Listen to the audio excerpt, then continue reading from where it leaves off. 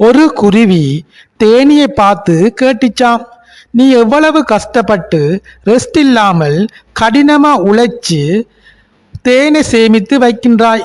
ஆனால் இந்த மனிதர்களோ உன்னிடம் இருந்து ஈஸியாக தேனை எடுத்துக்கொண்டு செல்கிறார்கள்.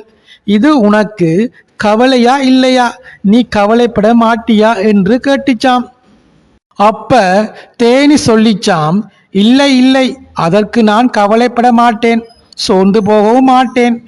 என்கிட்ட இருந்து இவர்களால் என்னுடைய தேனை மட்டும்தான் திருட முடியும்.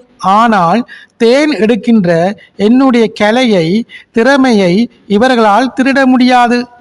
என் திறமை எனக்கு மட்டும்தான் சொந்தமானது.